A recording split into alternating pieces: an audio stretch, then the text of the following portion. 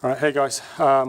Okay, so the car's up on the lift, and you can see it's pretty grotty underneath, which is quite typical of a Euro car, to be honest with you. There's a fair amount of rust that we need to take care of. It seems like some of the undercoating's come off, but what's underneath, the primer underneath, is in good shape in most places.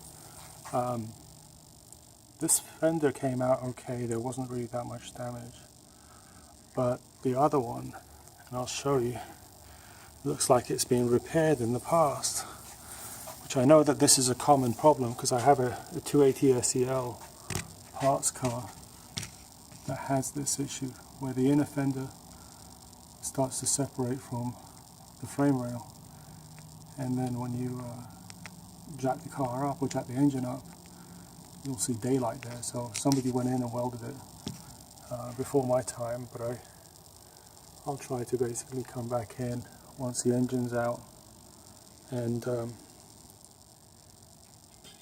go ahead and try to clean that up. So I guess the rest of it is, disconnect the steering box.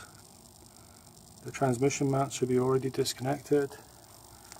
Disconnect the sway bar, heater hoses, radiator obviously, and I'm not sure what else needs to come off. I'll start a motor and all that wiring that needs to go with it. And I think it could come down, and once it comes down, then we can start cleaning up some of the stuff while the engine's out of the way, and we order some new stuff like plugs and whatever we need. So we're waking up the dead here. I also plan on pulling down the fuel tank and cleaning that as well while I'm at it. I'll probably take it to a radiator shop and have them clean it, and then we'll see what happens.